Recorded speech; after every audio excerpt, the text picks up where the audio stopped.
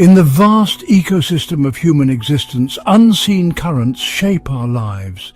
We drift, often unaware, until the long shadows of our choices reveal deeper truths. What if we could read the map before the voyage ends? Today we explore the wisdom people learn too late, universal truths about meaning, connection and self. Let us begin. We chase fleeting coins of happiness, moments of pleasure, glimmers of success, believing they'll make us whole. But each capture fades, leaving us hungrier, running faster, always reaching for more. In the end, the chase leads not to fulfillment, but to exhaustion. The frantic chase ends not in triumph, but in collapse. Surrounded by the fruits of their labor, the individual finds only emptiness. The glittering hoard is revealed as meaningless trinkets. Yet in this stillness, a new awareness dawns, a call for meaning, for connection, for purpose. From the ashes, a new life can begin. In the social world, many wear a polished mask, agreeable, pleasant and serene, hiding their true feelings beneath. This public self is a survival strategy, but it comes at a cost. Suppressed emotions form a shadow within, growing heavier as we strive to maintain the mask. The result? Anxiety, fatigue, and a sense of living only half a life. When denied, the shadow erupts. Rage, nightmares, self-sabotage. It's not evil, but unlived. By suppressing darkness, we lose our power and authenticity. True wholeness means facing the shadow, integrating both light and dark. Only then do we become resilient, authentic, and truly formidable. And truly, in the complex ecosystem of human society, people-pleasing becomes a form of social camouflage, an offering made from fear of rejection. Driven by a need to belong, the individual gives away small pieces of themselves, hoping to secure acceptance. But with each sacrifice, a void grows within, and their own voice fades, lost in the chorus of the crowd. The strategy meant for survival becomes the architect of their own quiet fading. The long-term cost of this conformity is, well, truly profound, a slow erosion of the very bedrock of the self. The individual, after spending a lifetime molding themselves to the expectations of others, may one day look inward and, find a stranger staring back. The internal compass, which ought to point towards one's own true north, has been recalibrated so many times to align with the magnetic pull of others that its original purpose is, unfortunately, lost. Decision-making becomes a fraught process, not of consulting one's own values, but of polling an invisible jury of peers, family and society at large. Authenticity becomes a foreign concept, a distant land they remember only in dreams. This constant outward focus creates a state of, perpetual anxiety. The people-pleaser is like a small creature on high alert, its senses tuned not to the rustle of a predator in the grass, but to the subtle, almost imperceptible shifts in social dynamics. A frown, a clipped tone of voice, a moment of silence, all are interpreted as potential threats, signs that their performance is failing, that their place in the group is in jeopardy. This hypervigilance is exhausting, a constant low-level stress that depletes the body's resources and clouds the mind, leaving little energy for genuine connection or personal growth. The very connection they crave becomes impossible to achieve through this lens of fear. Ultimately, this behavior prevents the formation of genuine, reciprocal relationships. True connection is built on a foundation of mutual vulnerability and authenticity. It requires two whole individuals meeting, not one fractured self attempting to fill the perceived needs of another. By presenting a carefully curated facade, the people-pleaser denies others the opportunity to know them as they truly are. The relationships they build, though seemingly harmonious on the surface, often lack depth and substance. They are connections forged with a ghost, a carefully constructed persona, leaving the real person isolated and unseen, even when surrounded by others. The path away from this pattern is a challenging one. It requires a conscious, often painful turning inward. It means learning to tolerate the discomfort of another's disapproval, to reclaim the pieces of oneself that were given away so freely. It is the slow, deliberate process of rebuilding the self from the inside out, of learning to say no, not as an act of aggression, but as an act of self-preservation. It is the journey back to wholeness, a migration from the barren plains of conformity to the rich, fertile ground of one's own sovereign soul, a landscape they must learn to cultivate for themselves. Sometimes we choose the noise of ill-fitting company over the silence of solitude, fearing emptiness more than inauthenticity. But the wrong crowd is a fog, softening reality, numbing growth, and leaving us lonelier than before. True comfort comes not from the crowd, but from connection that inspires and truly sees us. The journey out of the fog begins with a single courageous step into solitude. At first it feels vast and intimidating, but in the silence your own voice grows clearer. Solitude, when embraced, becomes a sanctuary, a space for healing, creativity, and self-discovery. On the other side of solitude lies not emptiness, but the boundless landscape of your sovereign self. In the modern world, we mistake busyness for progress. Days blur with endless tasks, yet true achievement slips through our fingers. The faster we move, the more quickly time escapes. Like a hamster on a wheel, we run but go nowhere. Motion without direction is an illusion. We must pause, check our map, and ask, are we moving with purpose or just moving?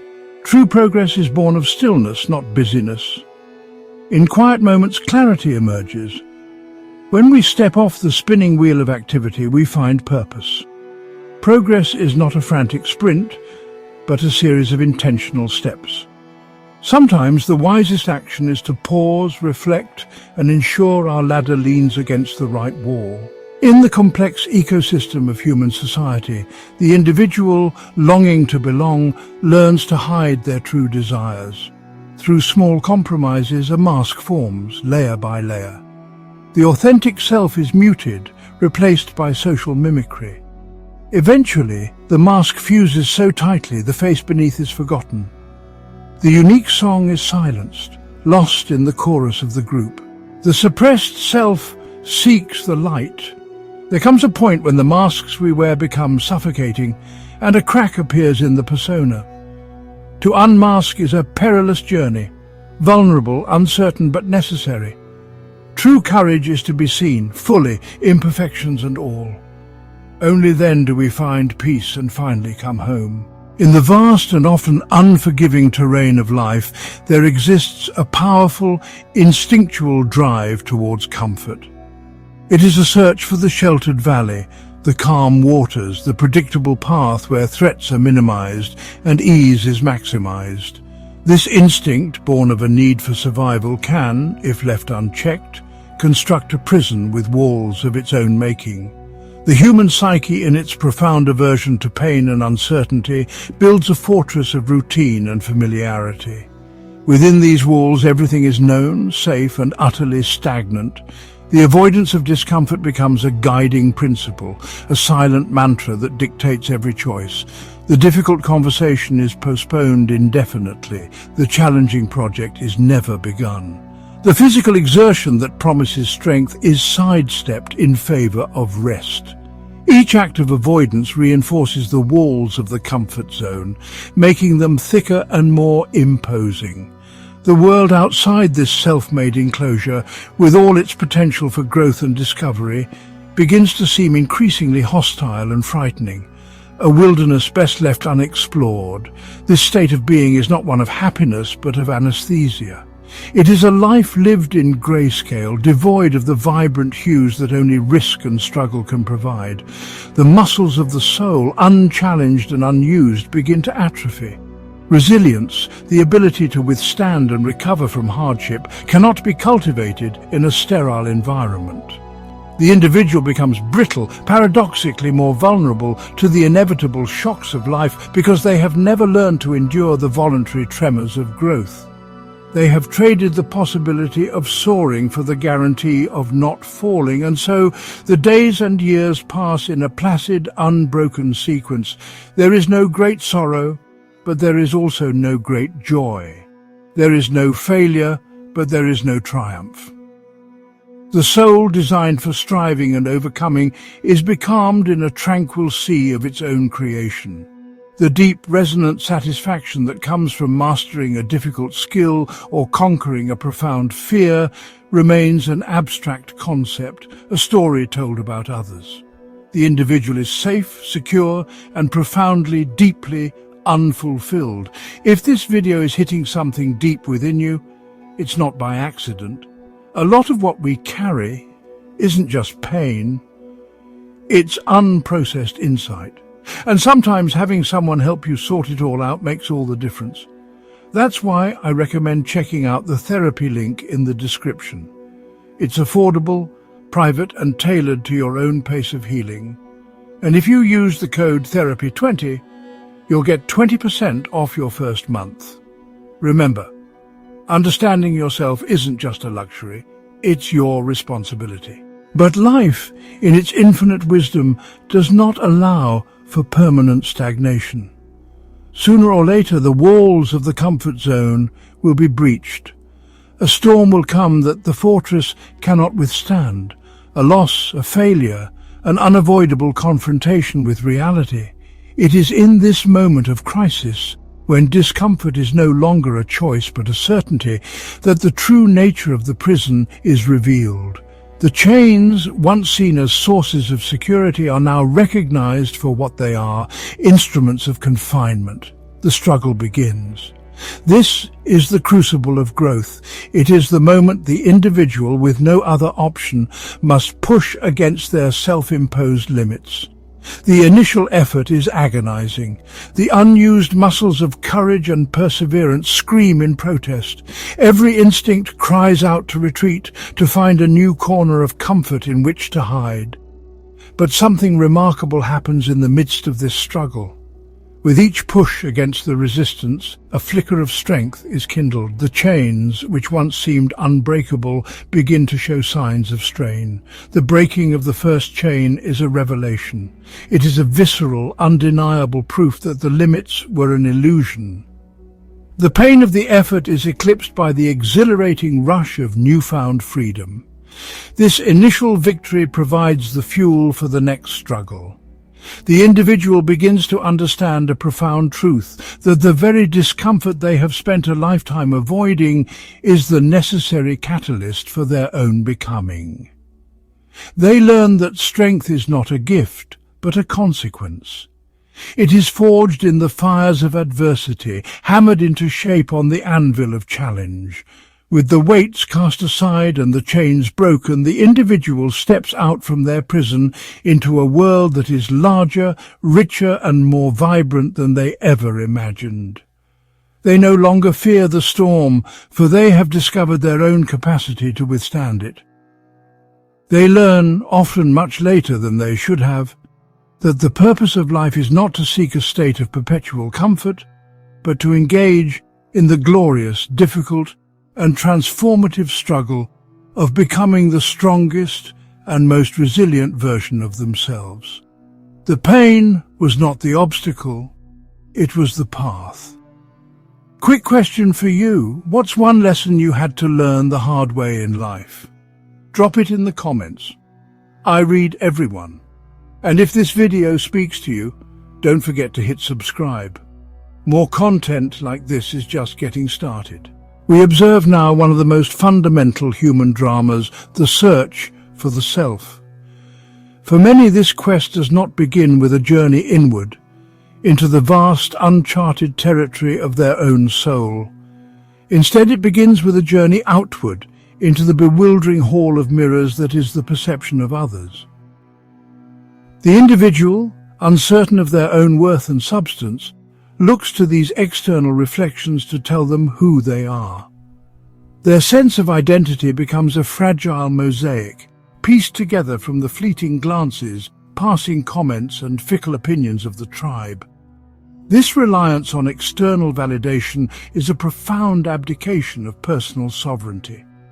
The self is not a stable, internal core, but a shimmering, unstable projection constantly shifting to please its audience. The individual becomes a chameleon, changing their colors not for survival, but for approval. They ask, not "who am I?" but "who do you need me to be?" Their moods rise and fall with the tide of praise and criticism, their inner peace held hostage by the judgment of others. It is an exhausting, precarious existence. The tools of this trade are masks. There is a mask for the workplace, exuding competence and ambition. There is a mask for the family, radiating warmth and compliance. There is a mask for friends, projecting wit and effortless charm. The individual becomes a collector, a curator of faces, each one designed to elicit a specific, desired reflection in the mirrors of others. The authentic face, if it ever existed, is buried deep beneath the collection, forgotten and unseen. The fear is that if the masks were to drop, the mirrors would reflect nothing at all. This desperate search for validation creates a hunger that can never be satiated. Praise is a temporary balm, its effects fading almost as soon as it is received, leaving the individual needing another dose, another reflection of their worth. They are chasing a mirage in a desert of their own making. They learn with painful slowness that a self constructed from the opinions of others is a house built on sand, beautiful perhaps in the calm morning light, but destined to collapse with the first breath of wind or the turning of the tide. The turning point in this narrative arrives not with a thunderous ovation from the crowd, but in a moment of profound silence. It is the moment when the hall of mirrors goes dark, when the reflections vanish, and the individual is left alone with an unnerving sense of emptiness. This can be a moment of terror, but it is also a moment of immense opportunity. It is the beginning of the journey away from the external mirrors and towards the quiet, steady gaze of the inner self. The quest for validation turns inward. This is the difficult work of self-creation. It requires turning away from the clamour of external voices and learning to listen to the faint, often ignored whisper from within. It is the process of building an internal compass, of defining one's own values, principles and measures of worth independent of social currency. The individual must become their own primary witness, their own most important judge. They must learn to offer themselves the approval they once so desperately sought from the world outside. As this internal foundation is built, the masks begin to lose their power. They are no longer instruments of survival, but relics of a former life. The individual finds the courage to present a single, consistent face to the world, their own. This authenticity may not please everyone. Some mirrors will crack, some reflections will turn hostile. But the individual discovers that the solid ground of self-approval is infinitely more stable than the shifting sands of public opinion. Their peace is no longer a fragile commodity to be bought and sold. And in this, they find true freedom. The desperate need for external validation is replaced by a quiet, resilient self-possession. They learn finally that the reflection that truly matters is not found in the eyes of the crowd, but in the quiet, honest appraisal of one's own soul. They understand that they are not a collection of opinions, but the author of their own story. The Hall of Mirrors is abandoned, and they step into the clear, unfiltered light of their own self-validated existence. In life's vast landscape, the greatest changes are built not by dramatic leaps, but by small, repeated actions, steps so subtle they're often invisible. Like a staircase fading into mist, each step may seem insignificant, but together they shape our future. A single page read daily becomes a library, a single mindful moment an ocean of peace. The ascent begins with one step, then another and another. That is the invisible ascent. Habits are the architecture of our being, an invisible scaffolding shaping our lives. Like roots anchoring a tree, small actions repeated daily determine our growth or decline. We ascend or descend with every choice. True mastery lies not in grand gestures, but in patiently tending the habits that shape who we become. In every life there are pages we wish we could tear out, moments of regret that haunt us like ghosts, casting shadows over our future. But the torn pages remain, a reminder of what's lost. The past can't be rewritten, but the pen is still in our hand. Dare to turn the page. Regret can become a self-made prison, its bars forged from memories of mistakes and missed chances. The world moves on, but for the prisoner time stands still. True freedom comes not from forgetting, but from reframing, accepting the past, learning from it and forgiving oneself. Only then can we write the next chapter. In the complex social ecosystems of human interaction, a curious and often detrimental survival strategy emerges. It is the belief that to be vulnerable is to be weak, to expose oneself to predation. And so the individual constructs a formidable suit of armor, an impassive exterior, a carefully managed persona of strength and self-sufficiency. They learn to conceal their fears, their doubts, and their deep-seated need for connection, believing this emotional fortification will protect them from harm. But this armor, designed for protection, often becomes a cage. We see here hands, tentative and uncertain, reaching out through a thick, obscuring fog. This image captures the profound paradox of the invulnerable. Deep within the fortress of their own making, a fundamental human instinct remains, the drive to connect, to be seen, to be understood. The fog represents the emotional distance they have created, a barrier of their own design that now prevents the very thing they secretly crave.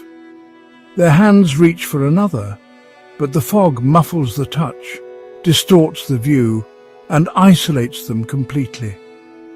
This behavior is often learned early in life, a conditioned response to a world that can at times be judgmental or unkind.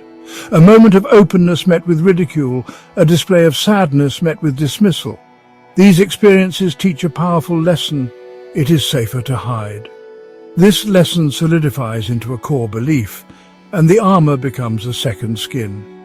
They navigate their world with a semblance of control, but at a tremendous cost.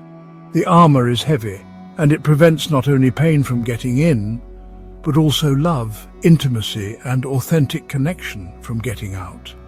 The great irony is that this perceived strength is, in fact, a form of profound fragility. A fortress, by its very nature, is rigid and brittle. It can withstand a frontal assault, but it cannot bend or adapt.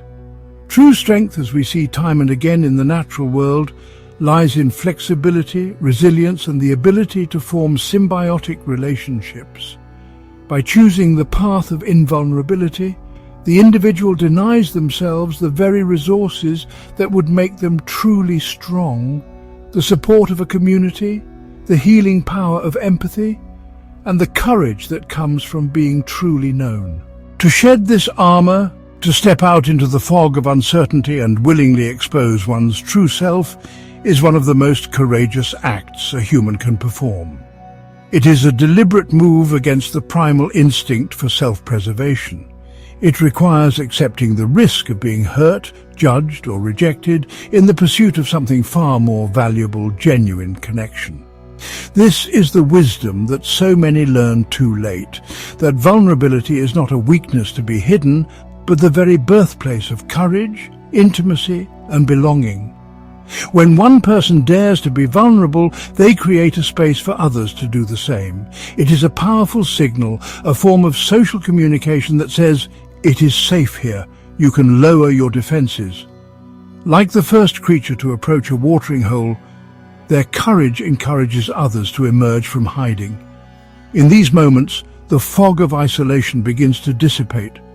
The hands that were reaching blindly can now find one another, Not with the cold, hard surface of armor, but with the warmth and texture of real skin. This is where true bonds are forged. Consider the immense energy required to maintain the facade of invincibility. It is a constant, draining performance of being fine, of having it all together. To let go of this performance is to experience a profound liberation. It is the freedom to be imperfect, to be uncertain, to ask for help. This openness does not invite attack as feared. More often it invites empathy. It allows others to see the shared humanity that lies beneath the surface, the universal struggles and longings that connect us all. The perceived weakness becomes a bridge between two separate worlds. Ultimately, a life lived in armor is a life half-lived. It is a safe but sterile existence, devoid of the emotional richness that makes life meaningful. The greatest moments of joy, the deepest feelings of love, and the most profound sense of belonging are only accessible to those who are willing to be seen in their entirety.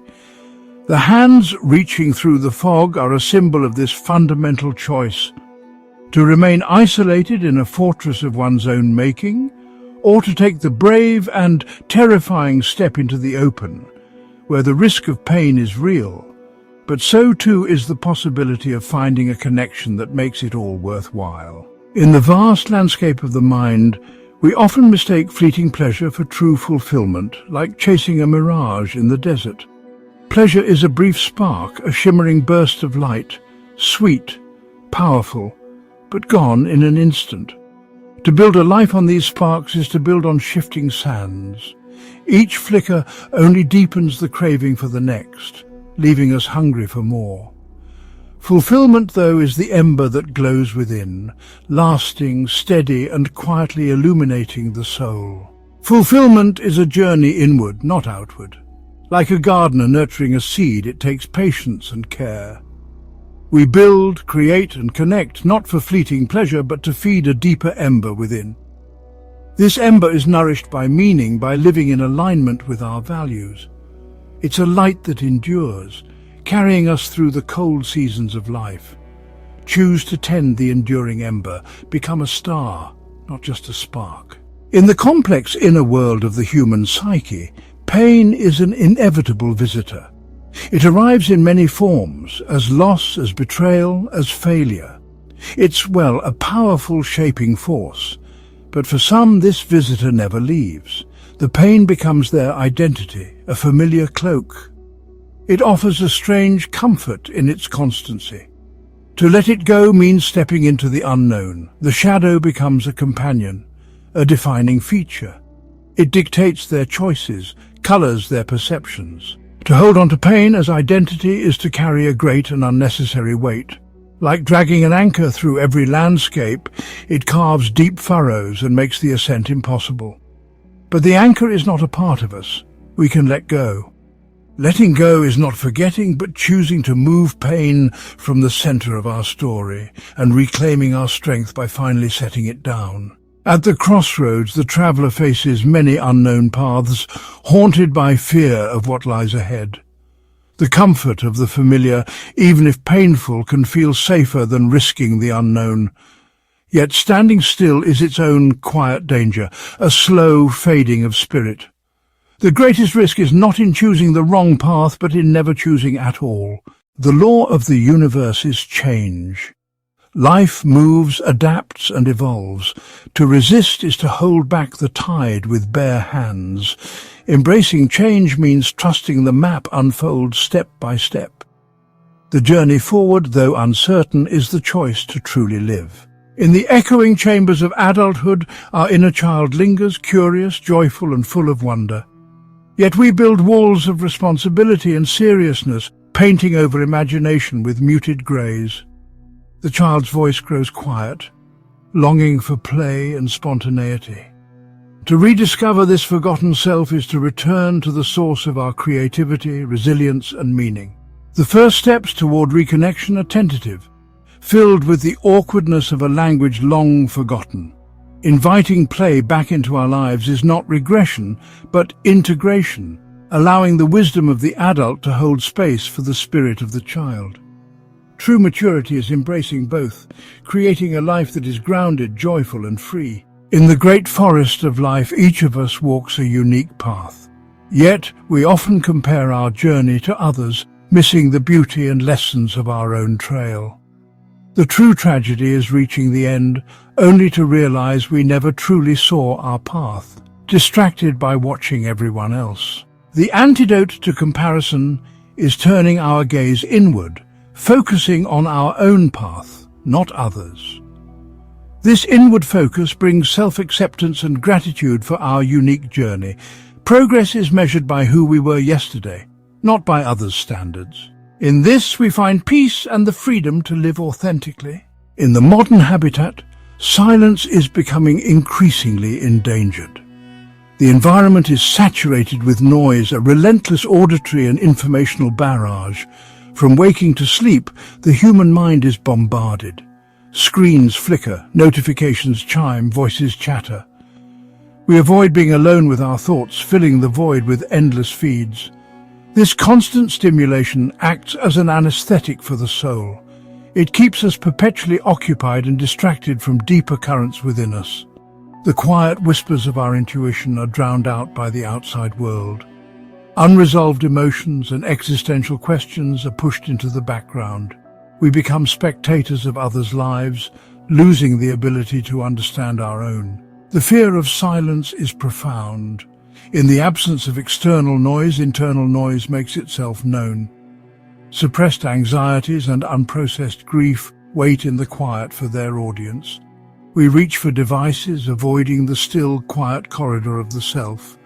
We've been conditioned to fear this internal landscape, seeing it as a void rather than a sanctuary.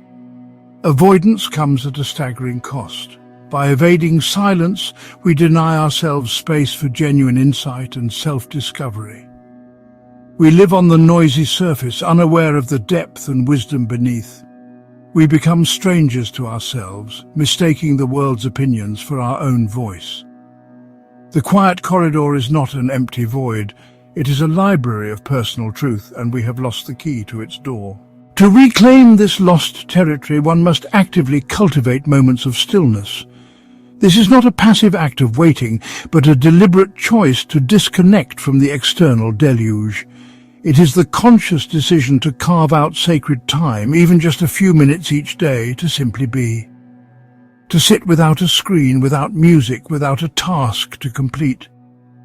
It is to enter that quiet corridor and allow the echoes to fade, to let the dust of the day's frantic activity settle.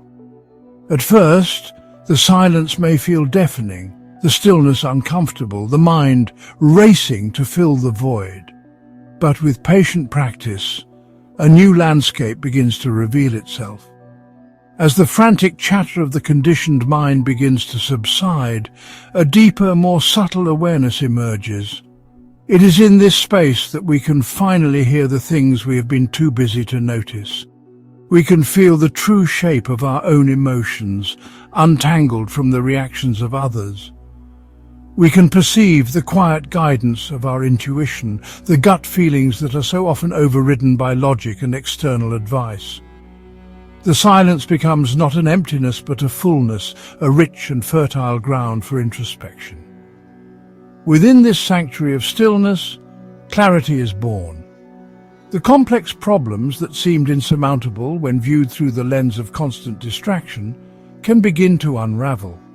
The mind, no longer fragmented by 1,000 inputs, can focus, connect disparate ideas, and arrive at creative solutions. It is here that we can untangle our own desires from the desires society has projected onto us. We begin to discern the difference between the shoulds imposed by the world and the musts that arise from the core of our own being. This is the wisdom of silence. It does not give us answers, but creates the perfect conditions for us to find our own. Ultimately, we learn that silence is not the absence of something, but the presence of everything. It is the prerequisite for a deep and meaningful connection with the self. By regularly stepping into that quiet corridor, we are not escaping the world, but preparing ourselves to engage with it more authentically and powerfully. We learn to act not from a place of frantic reaction, but from a center of calm, intuitive knowing. It is a practice that, once embraced, transforms from a discipline into a cherished refuge, the source of our deepest strength and most profound truths. In the vast landscape of the human psyche, many stand before an unopened door, an invisible barrier of fear and expectation. We wait for permission, for a sign, for the world to say, "You may now be yourself." But the only permission that matters is our own. The true living space lies just beyond the threshold, if only we choose to step through. Sometimes a crisis or loss reveals the truth. The door holding us back was never locked. The power to step forward was always our own. This is the birth of the true self, a first breath, a tentative step into the light. Old doubts and habits cling, but courage grows with each step. The world brightens, colors sharpen, and we begin to live authentically. In this act of becoming, we find our true tribe and discover what it means to be fully alive. In the grand theatre of life, time is both ever present and often ignored. For the young, it feels infinite, a vast ocean spent carelessly, yet as seasons turn, the hourglass quickens and we realize its limits. Each grain of sand is a moment, an opportunity. Time's finiteness gives life meaning. To embrace this is to treasure every drop within the vessel of our days. The realization that time is finite arrives like a sudden squall, disrupting the calm of our routines. In that clarity, we choose, regret the past, or honor what remains. The present is our only true currency. To live with this awareness is to curate our moments, to say yes to what makes us feel alive. The goal is not more time, but to be present in the time we have, drinking deeply from the cup of life. Here, in the delicate ecosystem of human connection, we witness a profound and often tragic misinterpretation of one of life's most powerful forces. Love, in its purest form, is an expression of deep, resonant presence, a shared journey through the wilderness of existence. Yet, for so many, this understanding arrives too late. They confuse this profound state of being with possession. Treating another soul as a territory to be claimed, they believe ownership is security. This drive for possession stems from a deep-seated fear of loss and abandonment. It manifests as a tightening grip, a desire to control another's life. Believing they are demonstrating care, they are erecting a cage. They see the other person's freedom as a threat to their own stability. This is not the dance of two equals, but the struggle of a captor and the unknowingly captive. The tragedy deepens as we observe the consequences of this behavior. The one who is held too tightly begins to feel the constraints.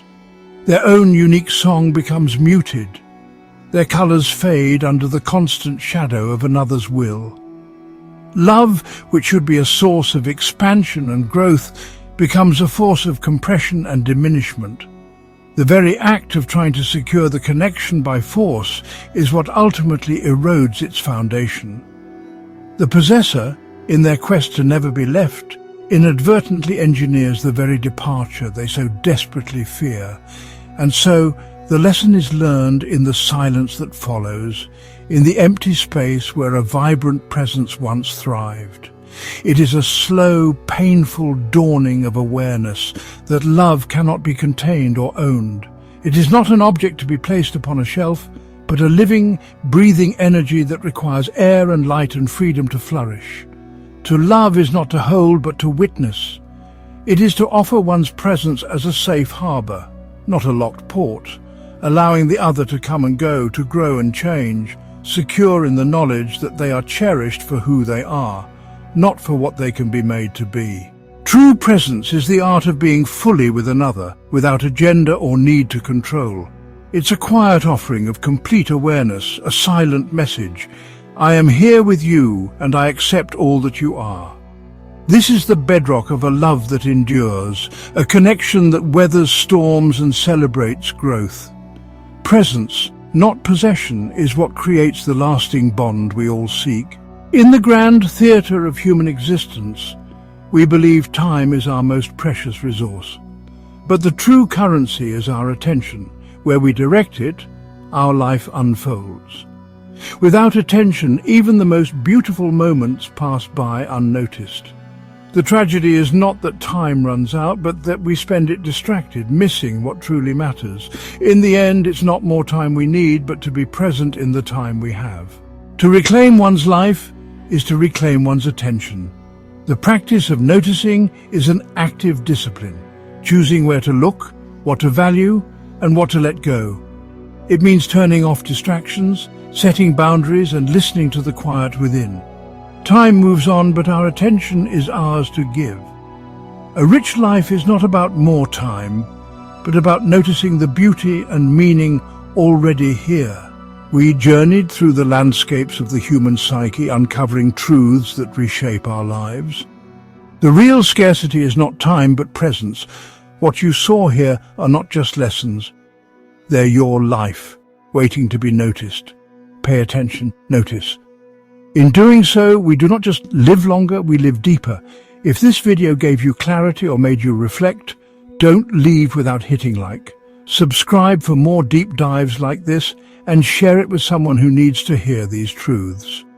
And if you're serious about understanding yourself on a deeper level, the link in the description could be the next step you've been looking for. I'll see you in the